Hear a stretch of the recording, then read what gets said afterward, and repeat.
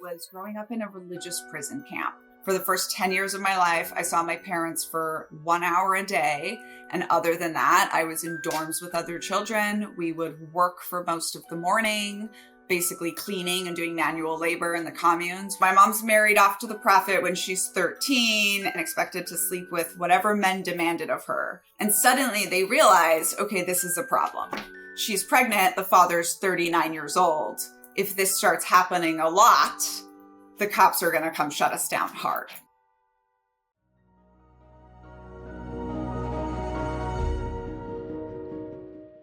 Hey, my name is Shelise and this is Cults to Consciousness, where we discuss leaving high-demand religions or organizations and finding healing and independence through awareness and true individual sovereignty.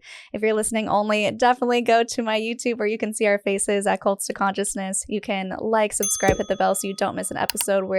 We're trying to release more episodes per week, so make sure that you don't miss that. And it's just fun to join in on the conversation. I love interacting with you as much as possible. So today's guest, this is someone who was recommended by one of you guys, Gwendolyn on Instagram. Thank you for making the connection. And it's something that has been requested also. Big shout out to Sunny McNair, a commenter who introduced me to the Children of God cults through one of their comments. So when Gwendolyn reached out on Instagram with someone who was part of the Children of God, I was really excited to do the interview. I also want to take this moment to put out a very big content warning for this episode. We will be discussing child SA, and it is very heavy, and it's one of those topics that can be hard to listen to. So please make your mental health a top priority while listening through this. This woman grew up in the Children of God cult. And they'll tell you they are fundamentalist evangelicals, born-again missionaries who preach that the end is at hand. But critics, including some former members, take a more sinister view. They describe a scary, sex-obsessed doomsday sect which abuses children and practices mind control. And then as the years went by, because he was perverted himself, he tried to think of justifications. So he got a revelation that God's only law was love. That when Jesus came, he fulfilled the original law, the Ten Commandments, and that his only law was love. And in order to show God's love to normal people, because they can't understand spiritual love, you have to show it through sex. I was subjected to 2 months of one of the most incredible ordeals of brainwashing, of exorcisms, of hard labor. My personal effects were burned. I was laid on the floor in a ritual exorcism where the spirit of my mother was cast out of me. Why didn't you just leave? Because after having been in that situation for 4 years, I was under an immense amount of fear and guilt that God would strike me dead. And I was ordered in the group to have sex with a 10-year-old by the leadership of the group. Did you? Yes. She was third generation in this cult, mostly grew up in South America. And at 15, she was able to escape, put herself through school, went to college, just completely transformed her life, took back that control, that sovereignty, and then found herself in the army. She was part of the first female engagement team and rose up to the ranks. And we're going to be talking a lot about that in another episode after we dive into her childhood. But first, thank you so much for joining us, Daniella Mestyanek Young. Thank you so much for having me, Shelise. I'm excited to be here. Absolutely. And I forgot to mention one of the biggest parts of your intro. You wrote a book called Uncultured. And oh my goodness, I was speed listening to this because after we were introduced, we decided to record pretty soon thereafter, and I wanted to make sure to get through your book. And so pretty much all day yesterday, I'm just glued to my bed listening to the audio version, listening to you tell it, which was really beautiful.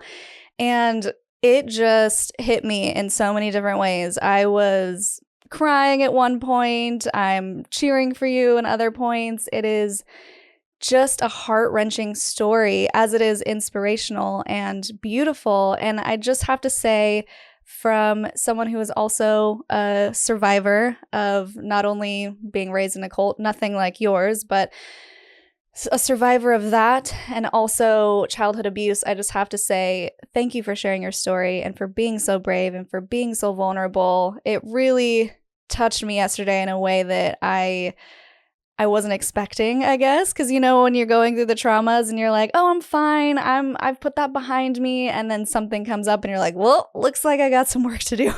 So I just think it's beautiful that you're able to share your story so openly and allow other people to give them the permission to heal like you did. I think it's just really beautiful. So thank you.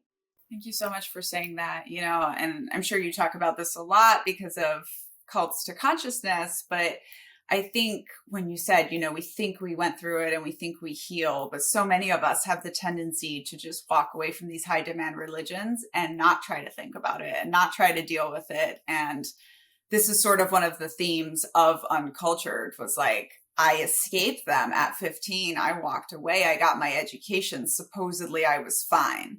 And I had this idea that I could just sort of out perfection all of it, right? I could just not think about it, and I could just keep doing what we're all trained to do in high control religions, which is just be perfect and be number one. And finally, when you're a captain in the army and you're still not healed and you still feel broken, you kind of see the lie there.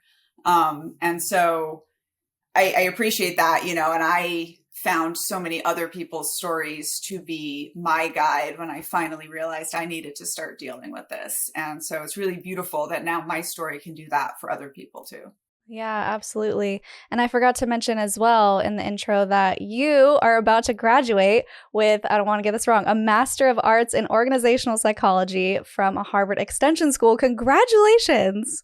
Thank you so much. It's really cool. I mean, they conferred the degree this March, which was literally 20 years exactly from when I walked away from the cult. Oh my graduating gosh. on my birthday. They already sell Uncultured at the Harvard bookstore. So it's really, really cool. And, I think so many times we're like kind of going through our lives and doing things we're interested. And now I kind of look back and it's like, yeah, I was raised in a cult, and then I joined the army, which is another kind of cult, and, studied terrorists, which is another kind of extreme group, high demand groups, and then studying group behavior at Harvard, sort of, I come out on the other side now, as I like to say, as a scholar of cults, extreme groups, and extremely bad leadership. Yes. And, really, I like to focus on the parallels in groups that we don't call cults, right? Like we all know cults are bad, and I grew up in one of the worst of them. So I have this really obvious, really extreme story. But when we break down toxic group behavior into parts, we can see that those can be found in all kinds of groups, right? And you don't have to be considered a cult or a terrorist group or a gang to be like a group that uses coercive control and toxic control on people. Yeah, and I love that you bring that up, and that's why it's also so exciting for me to talk to you, because not only did you grow up in a very extreme cult, but now you are educated in cult manipulation, and so you have this clear bird's eye view perspective where you can go back and look at your life and go, oh, yeah, that makes sense, or I didn't realize that was going on when I was in it, which is basically the tagline for every cult is like, I didn't know that I was in a cult until I knew I was in a cult. It's usually, you don't see it because that's what you grew up in and that's how you were raised.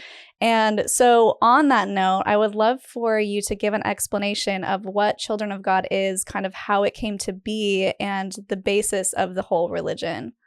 Yeah, for sure. There's a reason that I started off Uncultured. The epigraph just says the first rule of cults is you're never in a cult. I love that line anyone so that has much. been in sort of a toxic group can understand that. So Children of God was started in 1968 by this kind of, consistently failing wannabe preacher guy who then suddenly finds his moment on Huntington Beach during the hippie era. And if we look at a lot of cults, we see this a lot, right? Like someone that just hasn't had that much success in anything until finally they find their huge thing. Joseph Smith being a great example. Hey.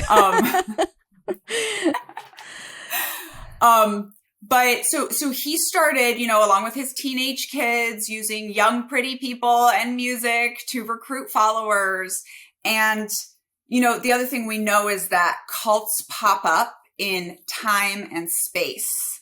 And that is because when like societies are getting very complicated, when people are starting to realize that the systems are failing us and the groups are toxic and we're trying to pull things down and find new ways to be and new ways to do life, people can get drawn to cults, right? And also when the world is confusing, people are drawn to cults because of clarity. And so, you know, Children of God starts in America in the late 60s, 70s, moves over to Asia in the 80s, moves to South America in the 90s, and not moves, spreads, right? And this was kind of how the path of cults throughout the world went, and my family went right along with them. So my grandfather, after a bad LSD trip where he claims he met Satan, is sitting in a park. You know, he's a college educated CPA, and he's sitting in a park the next day trying to figure out what to do with his life because he's just had this very negative religious experience. And up walk the happy, bubbly Children of God. And off he goes with them. And brings in his young girlfriend as well, who's my grandmother, Margarita. And her mother is so happy that her troubled daughter found something good to do with her life that she actually donates a house to the prophet. And so that's how my family became kind of important people. And my grandfather, also being one of the few college educated followers, ends up, you know, being in the finances of Children of God forever, still runs the money of what's left of them today. And this is how my mother comes to be in 1972, like one of the first 10 children born into this group. Now, I say that the Children of God went sex, love, and Jesus, kind of your basic evangelical Christianity. Sorry, not sex, faith, love, and Jesus, over to religious prostitution, pedophilia for God, and this constant preparation for the apocalypse. And the important thing to understand is like that takes a decade to happen, right? And in this decade is the process of a group becoming a cult. Because what we don't talk about too much is that a cult is not just a list of qualities that a group is. It's also this journey that a cult goes on. I'm really breaking this down in my next book, I love The it. Culting of America. Oh, yes. And so, you know, so it's this process of isolating your followers and gaining complete control, and then just slowly making it slightly more extreme.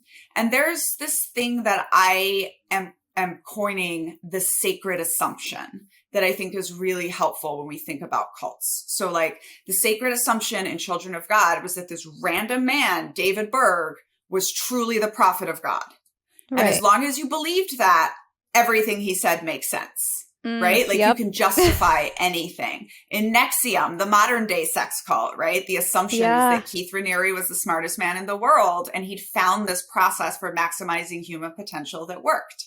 And as long as you believe that, you can justify everything else. L. Ron Hubbard, Joseph Smith, the list goes on and on. Yeah, in the U.S. Army, we can talk about, you know, the idea of dying for the flag, or even that America is a country worth dying for. And if you believe that, you can justify anything, right? So the sacred assumption is really this important part of getting to ends justify the means mentality, which is kind of when you're in your end game, when you're really and truly a cult. But it's this process, right? And so I say that really what set David Berg aside from just all your other kind of hardcore, high demand evangelical Christianity that was coming up at that time. You know, his mother was an evangelical revivalist in Florida.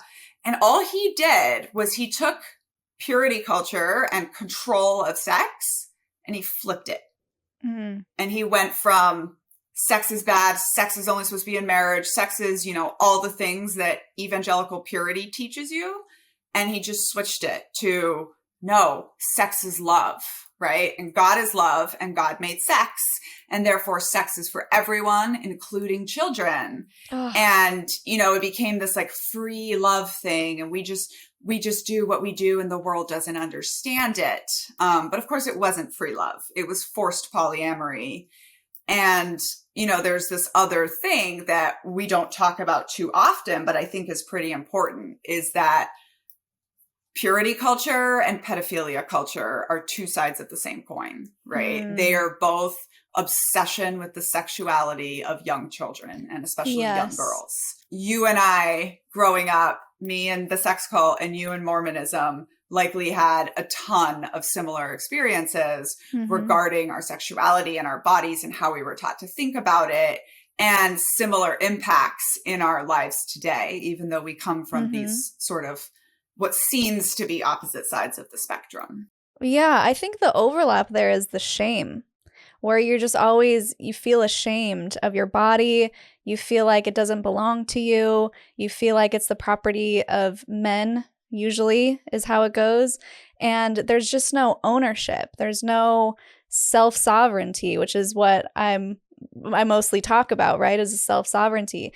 And I think that's the hardest part. And so I'm really interested to also get into more of this reverse purity culture thing, because we talk about purity culture so much on this channel and the damage and the harm that it causes.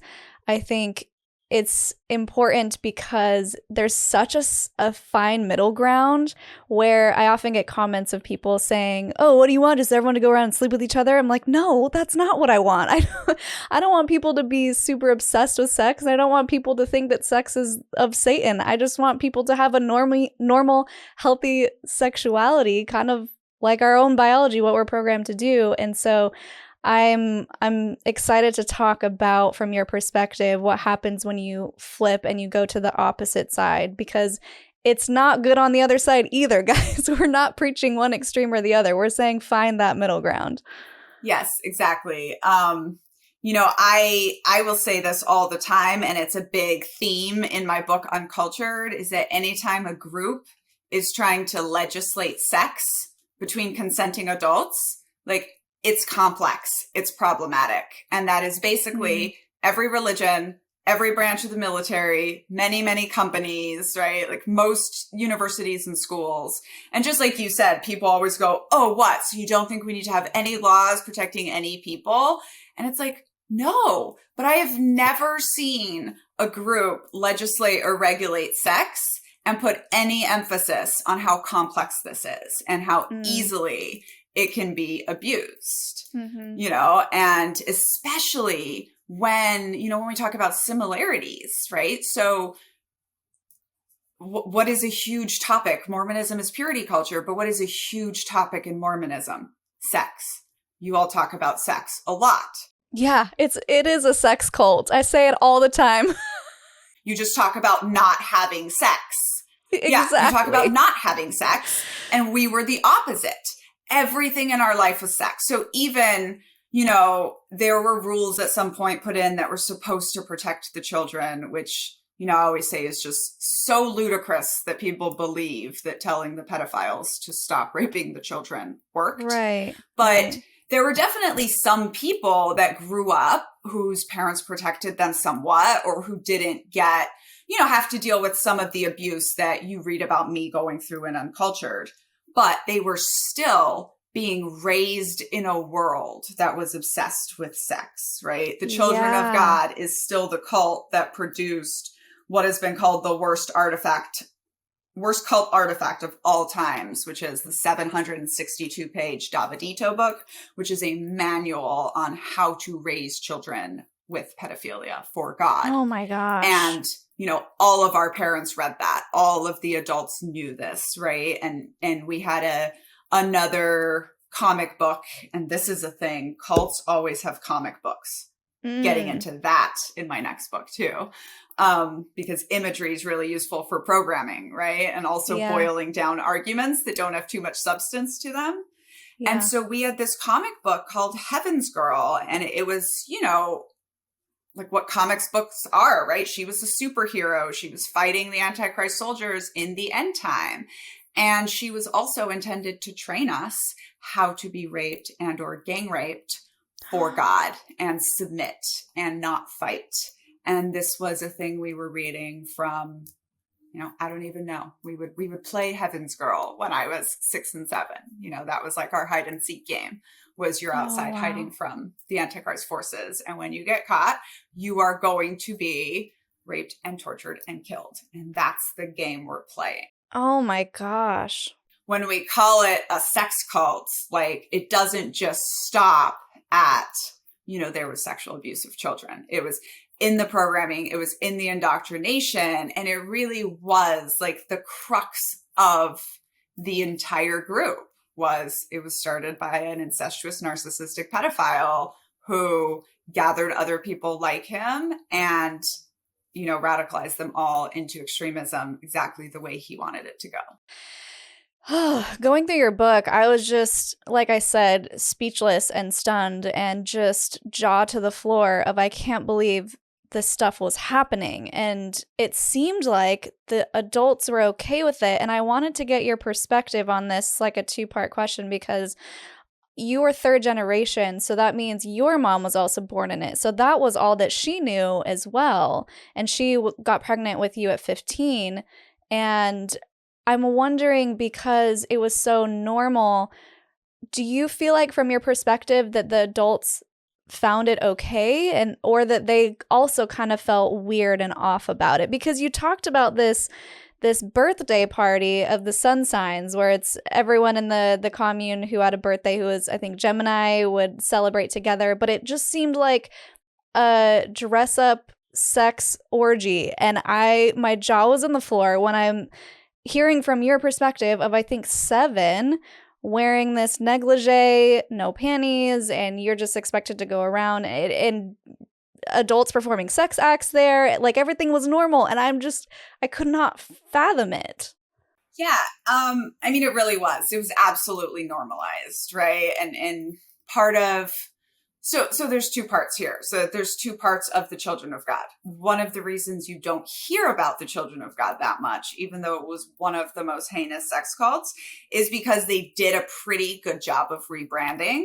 This came about in large part because of my birth. So my mother at 14 gets pregnant, right? When my mom was 13 was when David Berg was full on in his, like, it's okay to have sex with children phase. He had 14 girls, all daughters of his leaders, sent to his house for special training. They ranged from 14 years old to 3. And he married all of them. And he did, you know, sexual stuff with all of them. And the mother of the 3-year-old ran the ceremony. Oh my gosh. Right. So, oh my gosh. Like when you will hear people try to say, like, we didn't know, there was some bad stuff at the top, there was some bad apples, right? Which I really take aim at in Uncultured.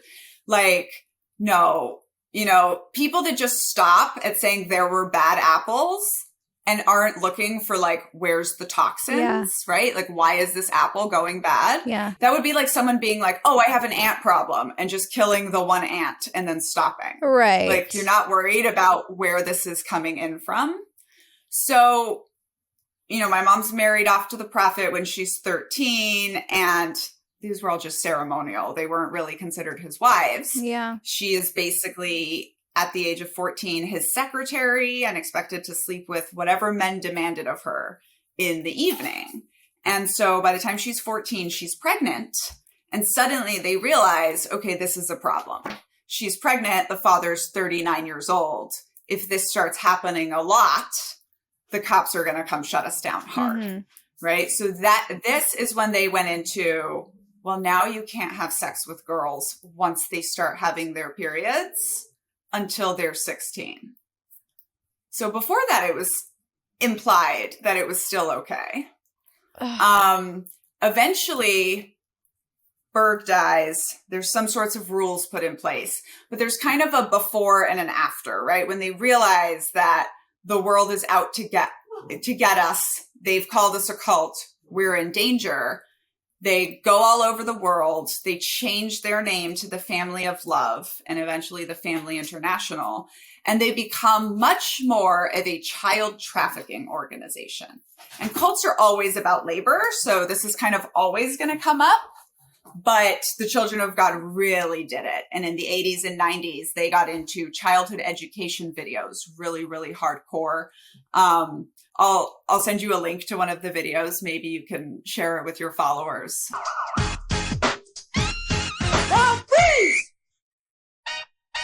Sad man's governments are too unfair. The confusion and pollution, it just gets in God's head. He's gonna come down and blow them all away. And start a brand new kingdom going his way. It's gonna be end time, and I'm telling you, it's all over the Bible, yeah, man, it's true. Read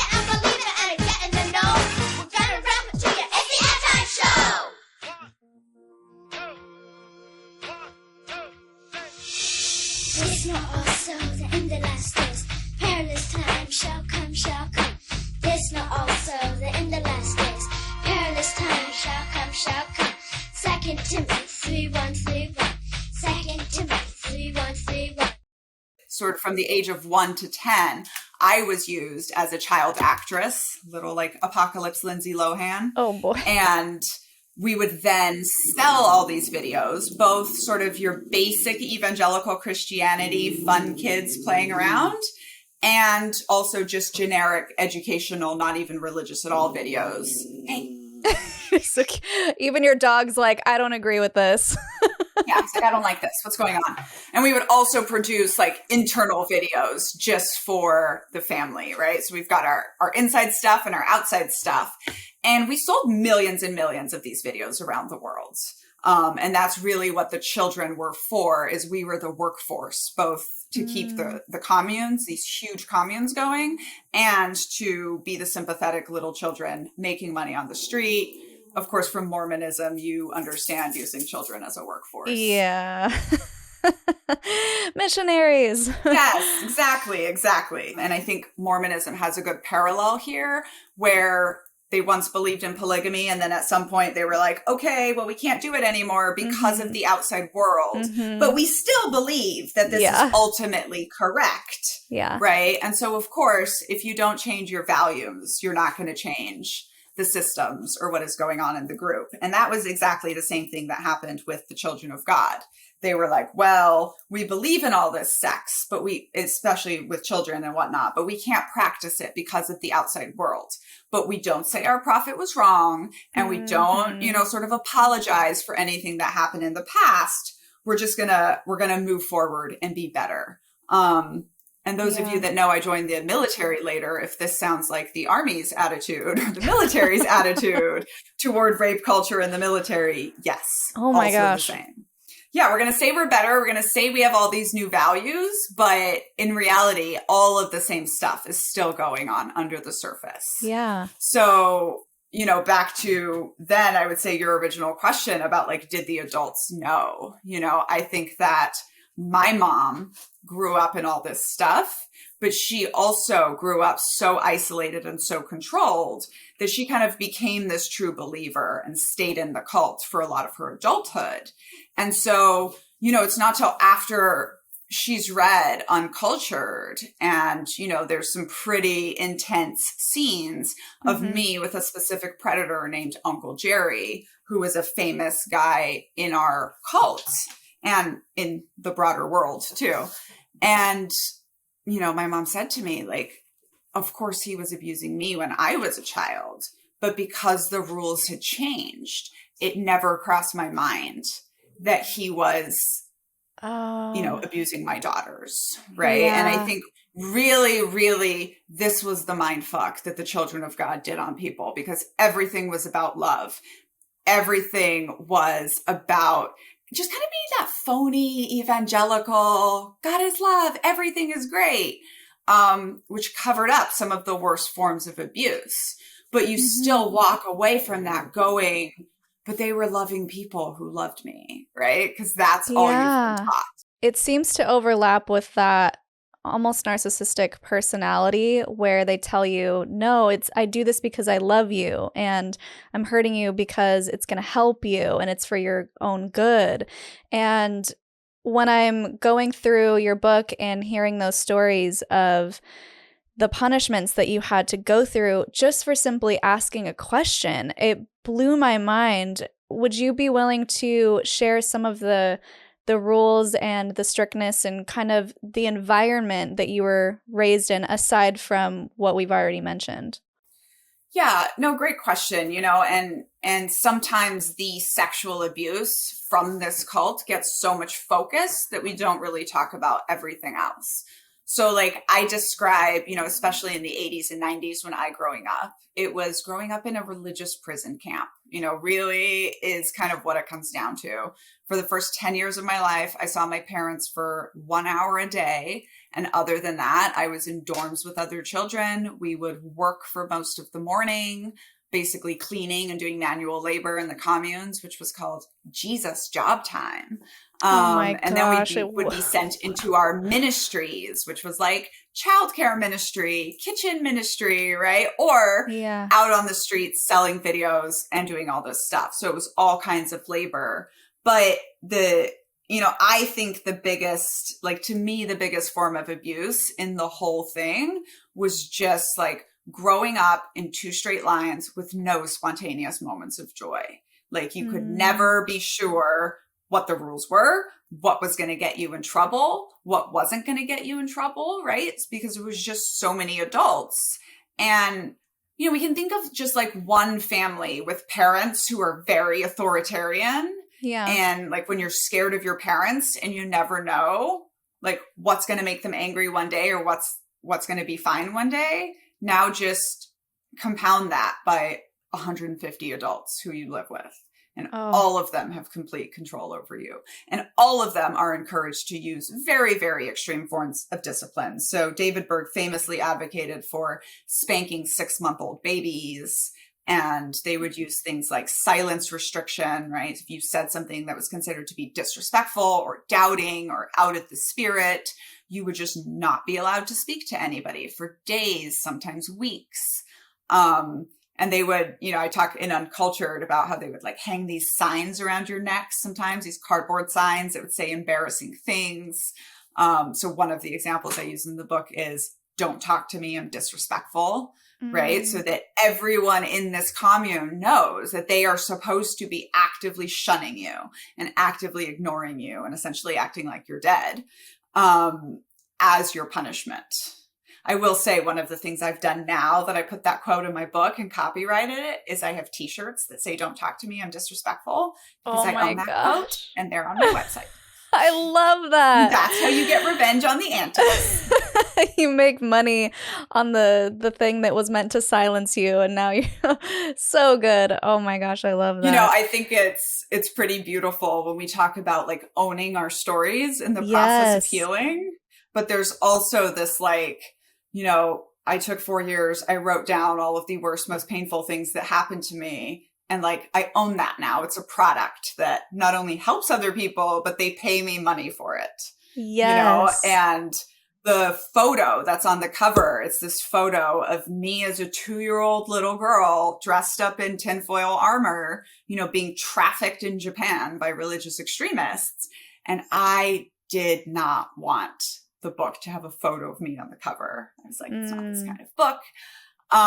But eventually I sort of realized, I was like, you know what? Like I didn't get to control any of that, but I own this photo and I am going to use it to tell my story, to make money, and obviously to help people. Right. But we focus on all of those other kinds of things that happen when you write your story or talk about your story. And I just like to say that physically owning your story sometimes can be really, really healing as well. Absolutely. And there were so many times throughout your book where I was just cheering for you and your, quote, disobedience, which was actually just curiosity and wonder of the world and asking questions. And I think one of my favorite moments was, correct me if I'm wrong, I think you were 6 or 7.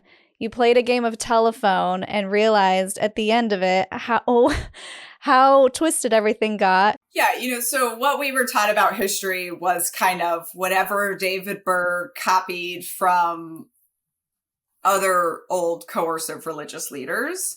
And so we were taught that, the whole book of the Torah, right? Like everything that happened supposedly in the first 500 years of Christian history was just passed down by word of mouth until Moses wrote it down. That is what we were taught, and you're not supposed to question any of it.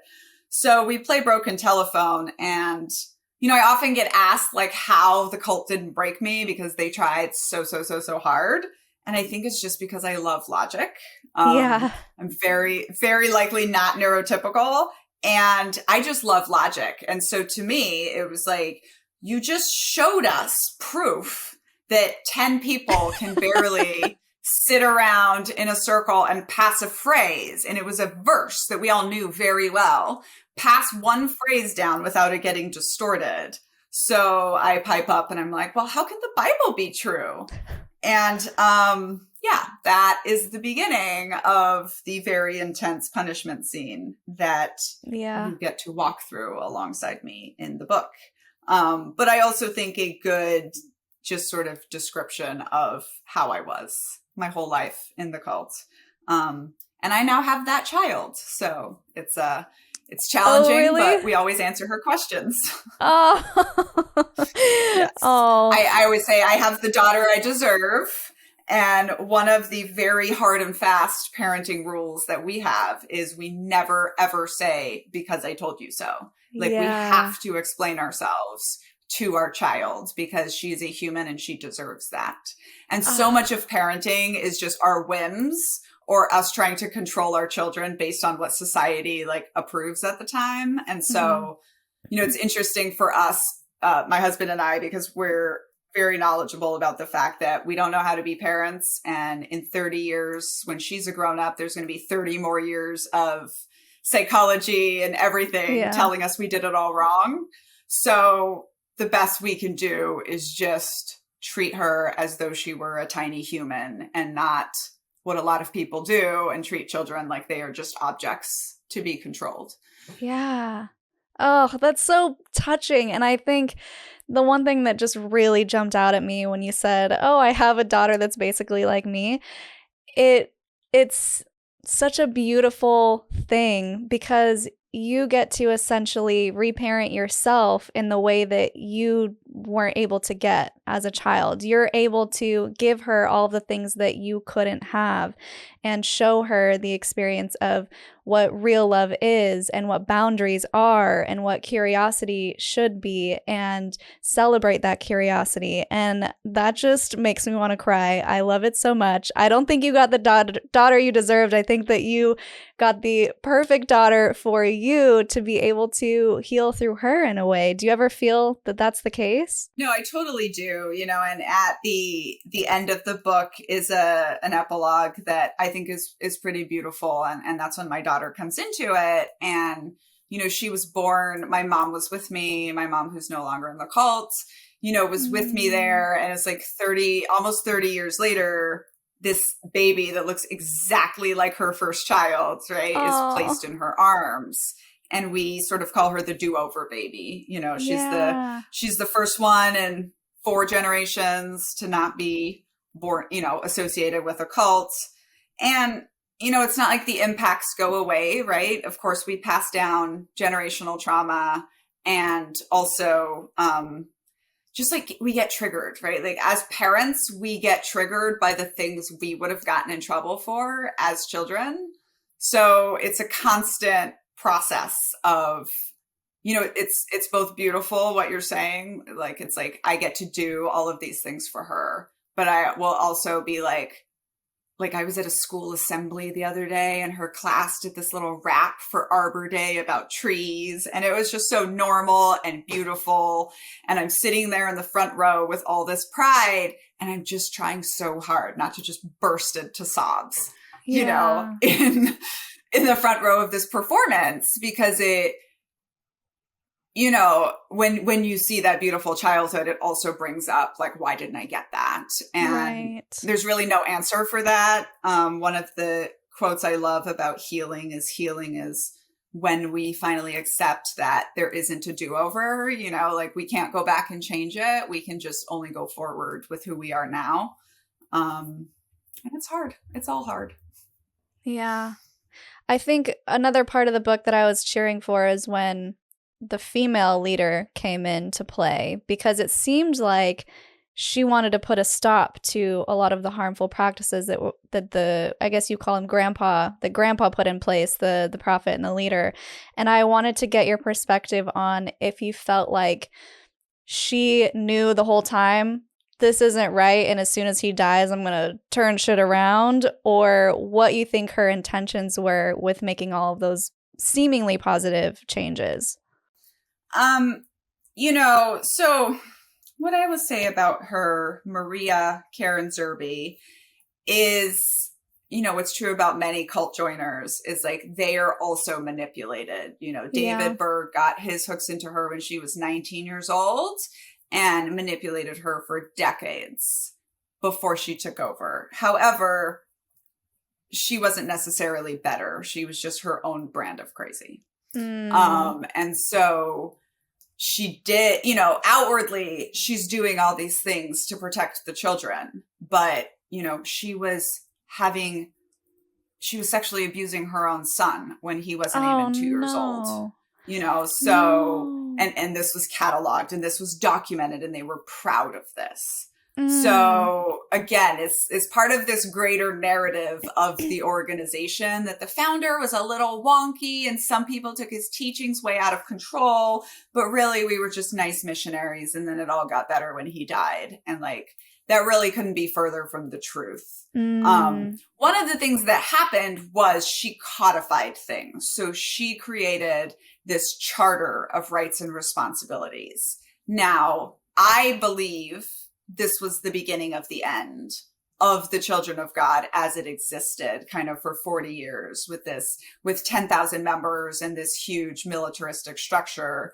And this is because once you give humans the idea of rights, they don't give them back without a fight, right? And so you're taking all these people who have given up all of their rights for 30 years, right? And all of these children who've been raised never to have any rights.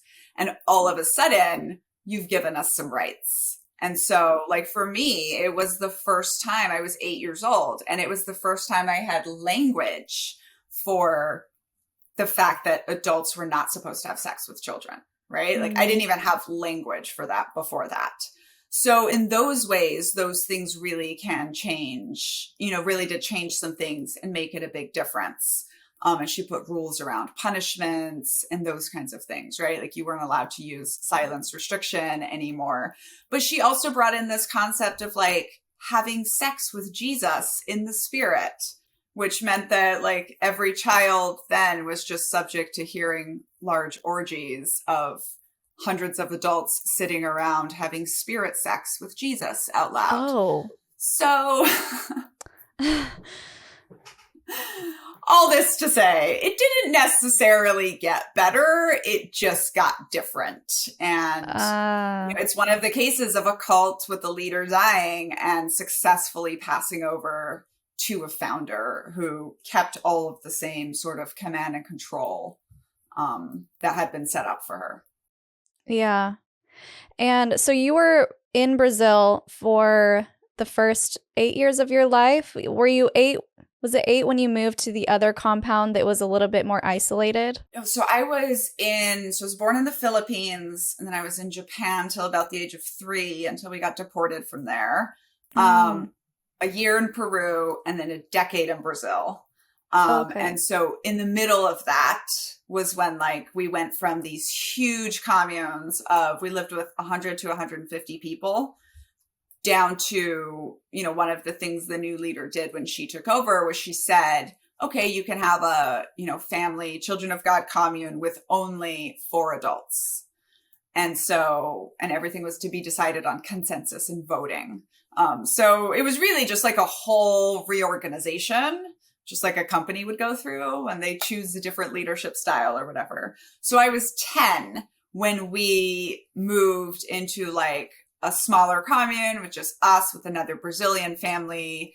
Everything got smaller, including the big walls that surrounded us, right? And this was when I started like learning the language and being sent out on the street a lot more to raise money. But one of the significant things for me was like, if I speak the language of this country, I'm safer. I have more freedom. Yeah. And I, you know, if I need to run away, I can. Because for the first 6 years, I had just lived on a white people American commune and didn't speak Portuguese at all. So that for me was really significant. And I taught myself to read in Portuguese with a set of encyclopedias that I found that, because they were in Portuguese, hadn't been like, you know, usually they would take any books we had from the outside world and just get rid of all the pages that had like any stories from outside, anything about evolution, anything with too much science, right? Anything. So I found these books that were like not destroyed because they were in another language. And so I would like in secret with dictionaries and stuff, try to teach myself Portuguese. And I did. I still speak it to this day. That's amazing. I loved watching the transformation of this little girl who is just wanting to be independent. She just wants to learn. You know, you talk about taking a test in school and passing at a third, fourth grade level, and then they put you in first grade, and you're just like, no. And you're just this whole time you're cheering for this little girl that just wants to learn. And so I loved in that moment where you're reading the dictionary, you're learning the language, you had someone in the household who was willing to teach you Portuguese as well, which was awesome. You're figuring out how to cook for the first time and just given the responsibility of cooking for the entire house, and you're just like, how do I turn on an oven? But the way that you figured it out and just kept pushing forward was so inspirational. It just shows that when there's a will, there's a way, and you can figure it out. I just think, and I want to say as a disclaimer, I know that's not the case for everyone. Not everyone has the opportunity to do that. But in your situation, where it seemed like, and probably more than seemed like, the odds were against you, and you were able to poke your head up out of the dirt and just find the light. And I just thought that was so beautiful. Thank you. You know, I give so much credit to my mom, and there's this beautiful story in the first part of the book where I'm 3 years old, and this is one of my first memories, is my mom sneaking me out of group time so we can have some alone time so she can teach me to read. And she tells me, you know, what her father told her when she was young. In her father's case, it was like justifying, like, oh, we're not going to send you to school. In my mom's case, it was just her giving her a tool, giving me a tool that had helped her. And what she said was, you know, the only thing you need in life is for someone to teach you to read, and everything else you can teach yourself. And that was just kind of one of those things that imprinted on me so young.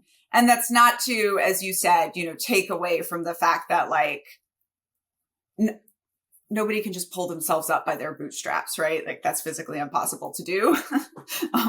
That phrase was actually intended to connote impossibility when it first came out. And everyone needs help. And I got so much help along the way. But I definitely have always had sort of this determination and also just love of education. I'm probably still going to accidentally get a PhD in sociology here in the next few years. That's amazing.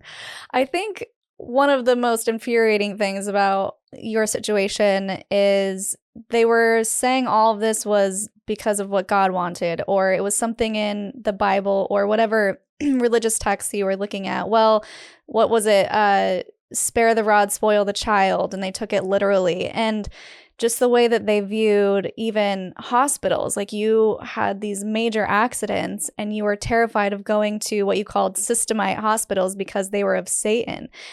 I think that's the most aggravating part, is that people doing these horrible things in God's name. Like, how have you been able to unwind all of that? And what was your perspective at the time? Because I know you were kind of rebellious about, I don't even know if I want to believe in God, which got you into more trouble.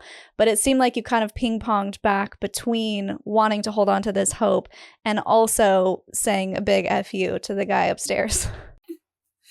Yeah, you know, I think, like, sort of for me, it's always come back to the logic. And so, and maybe this is a bad thing, you know, obviously humans come up with religions because they're trying to explain the supernatural, because we need something more.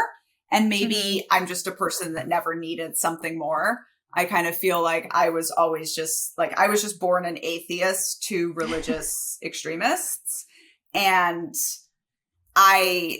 you know, but when that's all you know, it's not like you are sure either, right? So, like, since I was 6, I was like, I don't believe in God. But then, of course, I was kind of scared, right? Like, what if they're right? What, you know?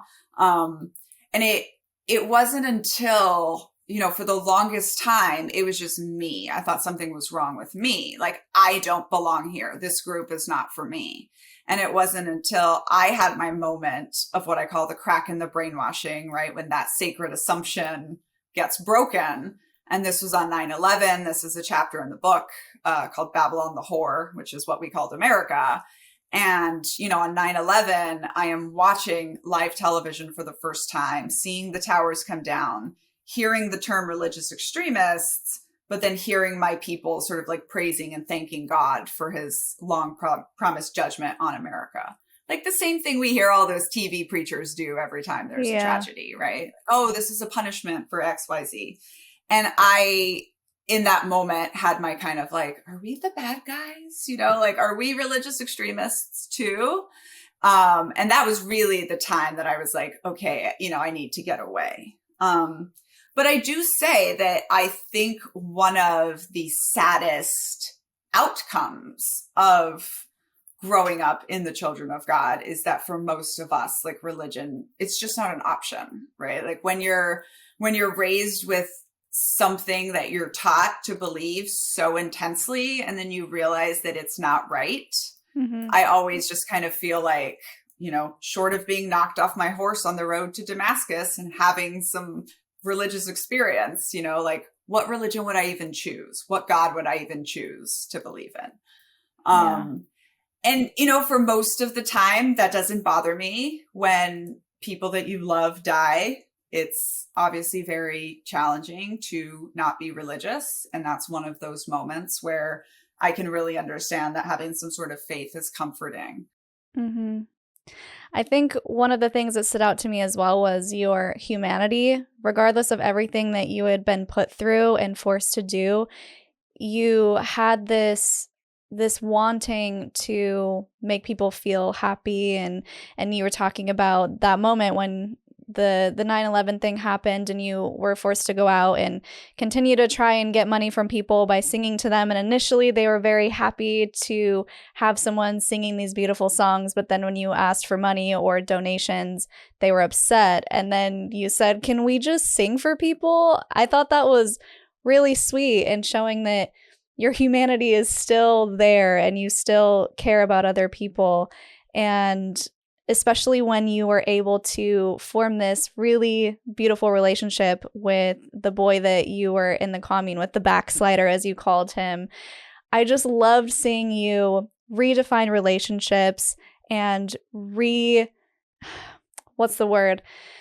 You took control of your life in a way that made sense to you, even though you had very little control all around you. It was a beautiful moment of reclaiming yourself. Do you want to talk about that at all? Yeah. So, you know, I don't remember sort of my first sexual experience. That's how young I was, right? I was probably somewhere between 4 and 5. Just from like the mixed memories that I have, the first time a man like did bad things to me. And so when you're growing up with that, you know, I kind of describe how here I am hitting puberty and like against my will starting to become interested in boys, which like I really don't want to happen because everything about sex to me is just torture and punishment and wrong. Also, that was the only thing we knew how to do, right? So it was kind of like, I like this boy. Now what do I do? Well, I'm going to go ask him to have sex with me. But, you know, it turned into a really beautiful scene, like definitely my first love. And it was just this moment of like me deciding like, this is going to be my first time, you know, like, and definitely for years when I wasn't talking about the cult, right? Whenever it was like, oh, when did you lose your virginity in college? You know, I would just be like, oh, when I was 14 with this boy. And it was kind of like I was choosing a normal story, you know, like I didn't get to have anything like a normal life. And one of the things when you are sexually abused as a child is you don't get to have that normal sexual awakening that teenagers are supposed to have.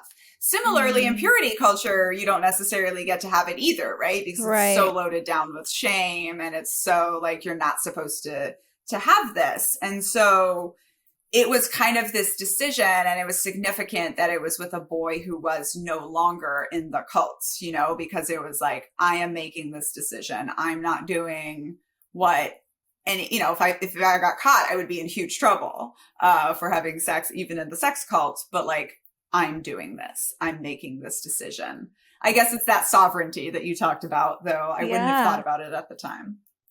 Yeah, you were kind of taking a stand and saying, like you said, I'm going to decide to do this, and I'm going to decide that this is my first time, and I'm going to decide how I want to proceed with it.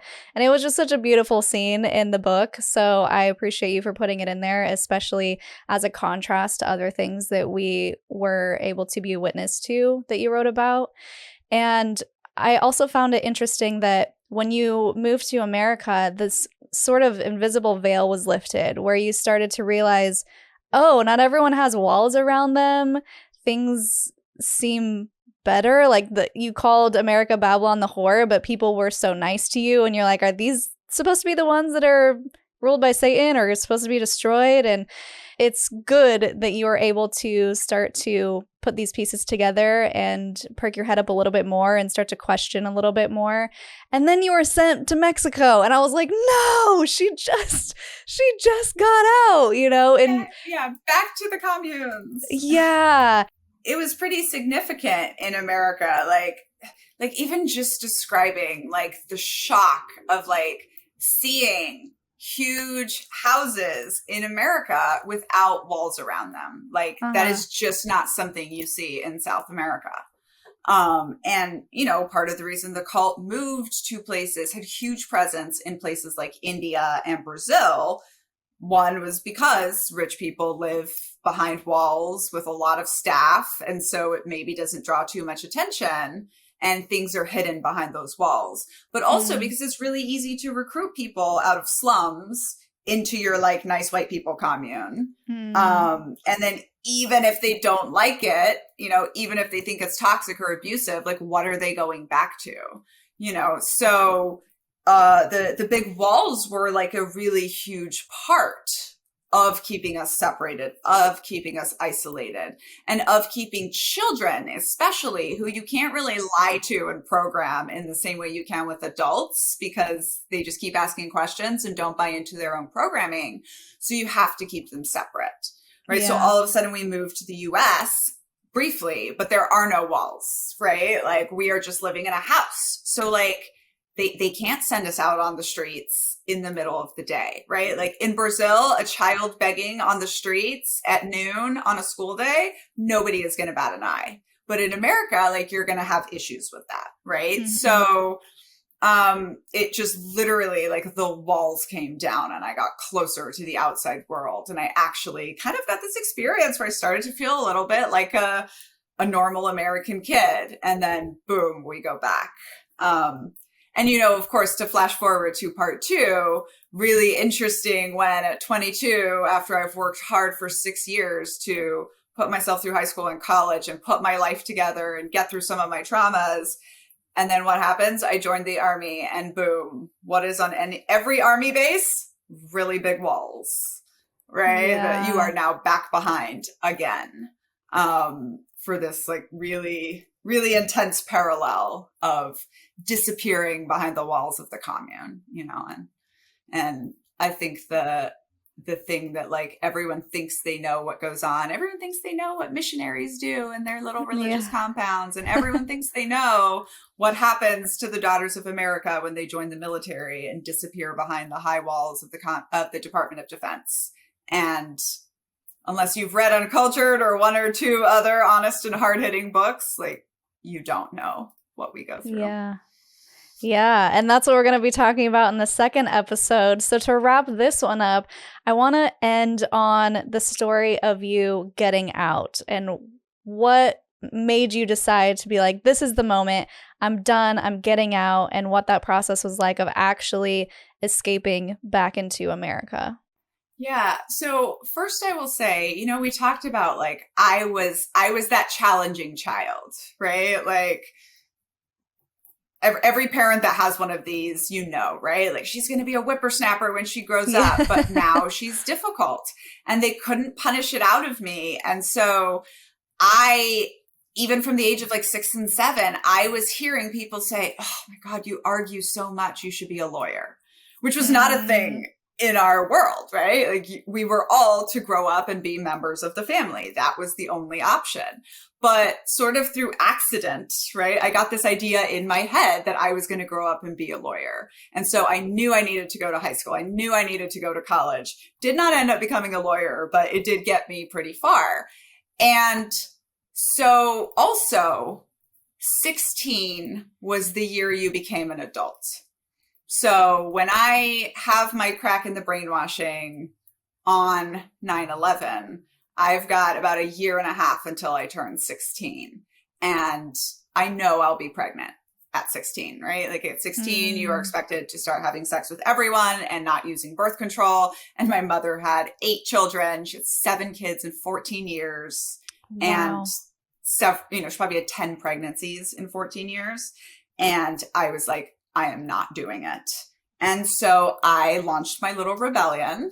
And it took me about a year and a half. And what I will say is like, I realized that if they thought they could save me, they would try. And there's some really horrific stories about ways the children of God tried. Exorcisms are not fun. And so I realized that I needed to break kind of like the top rule, right? Like you have to make them think you're the bad apple and get you out really fast. And so for me, that climaxed in literally climbing over the walls of the commune in the middle of the night to go out and have sex with a boy that I had met in Mexico. And this would now make me sort of untouchable. I get caught and it goes down in a way I didn't expect, but it was sort of like this intentional process of like, first I'm breaking small rules and then I'm just making everyone popcorn for dinner. And then I'm refusing to speak Spanish and go out on the street and raise money. And then I am, breaking like the rule that they're not going to get to keep me. So that was sort of how I got excommunicated. And I'm like not quite 16 yet. So it was March. So I turned 16 in May. So I was almost 16. I end up, my parents don't know what to do with me. I always thought I was going to have to wait till I was 18 to leave the cult because I didn't have anywhere to go because my grandparents are in the cult too. And fortunately, my mom has been married off to a man who's 20 years older than her. And he has some older daughters who've already left the cult. And so one of my stepsisters, who had only met 3 times at that point, is 25 years old, just out of the cult herself, struggling to get her life together, and agrees like, yeah, the 15-year-old can come live with me. And so, she gives me a place to crash, and we go to enroll me in high school. All I have is a social security card and a passport, like no record. I've just moved from Mexico. And they tell me, they're like, we can't enroll you. You don't exist. Which itself becomes a big theme in Uncultured, is kind of like me trying to prove that I exist and then wondering if I want to exist. Yes. And so I went from no school to 4,000 students in one of the largest public high schools in Houston, Texas. Oh my gosh. Which leads me to this very dramatic moment, right? In the book, it's called Dazed and Confused. And it's kind of like the scene in Mean Girls, but extra.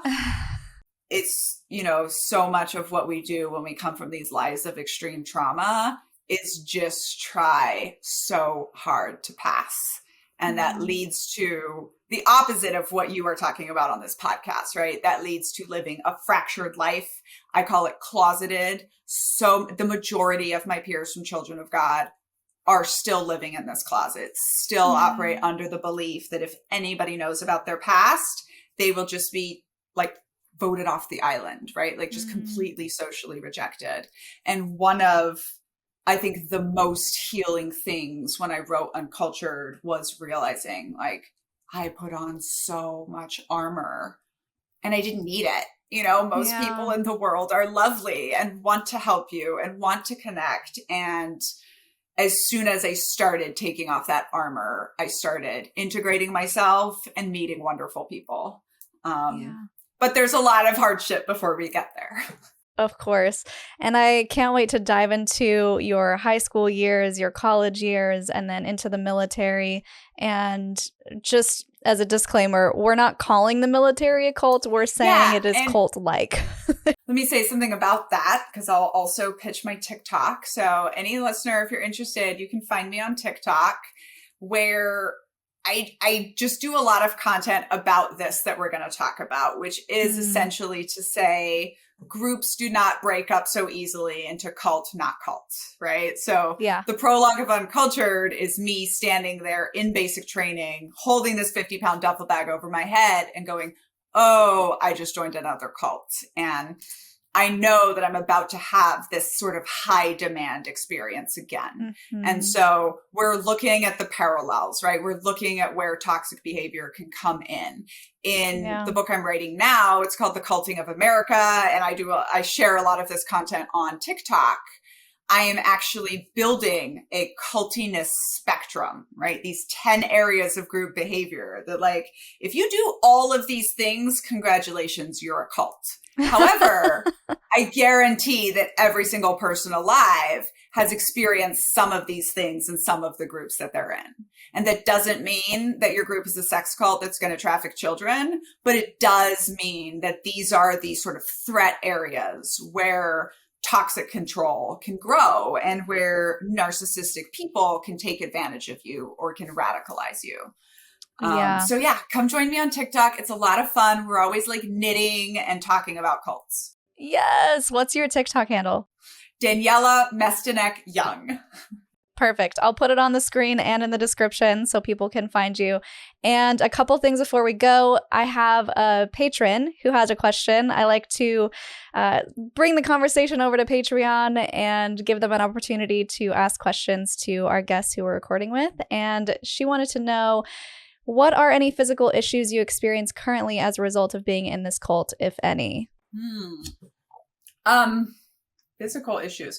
Well, this will be an interesting one because cults always control, I should just say toxic groups, always want to control your bladder.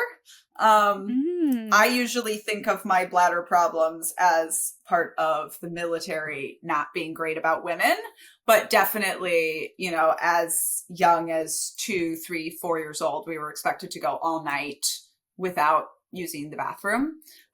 So that would be, right, like a certain physical issue. I am large boned, but very small, and I'm from taller people. So I believe that I am underdeveloped because we were just malnourished and essentially very, very close to starving our whole lives. And one of, I would say, the biggest issues was that took me 20 years to realize after going from cult, which cults are always skinny worship. I'll be digging into that in the next book too, to the army, which is skinny worship, to realizing that, like, oh, I have struggled with disordered eating for 20 years by accident, right? Not even realizing it. It was part of the perfectionism. It was part of doing hard things. It was part of being perfect in the army. And I eventually realized I don't even know the right signals for hunger, right? Like, we grew up under so much food control that is a very big issue for me. So, for example, when I feel hungry, my first instinct is take a really deep breath and power through it. It's not go get a snack, right? So those are some of the things that I am having to retrain myself on. Because that was, you know, inculcated into me since birth. Wow. Thank you for sharing that. I can't imagine dealing with all of that on top of the psychological harm that these high control groups cause. And I think that's probably the thing that most people can relate to is the psychological control that is put on these people who are forced to conform, whether it's the behavior, your dress, your sexuality, so many of these things that we're still kind of unpacking and unwinding. So I can relate to that part. But thank you so much for sharing your story. I know, again, as someone who is also a trauma survivor and a cult survivor, that it takes a lot to be willing and be open as you have been and as you are in your book. So I commend you for that. Thank you for sharing your story with the world in your book. It's beautiful, and I recommend everyone go get it, Uncultured.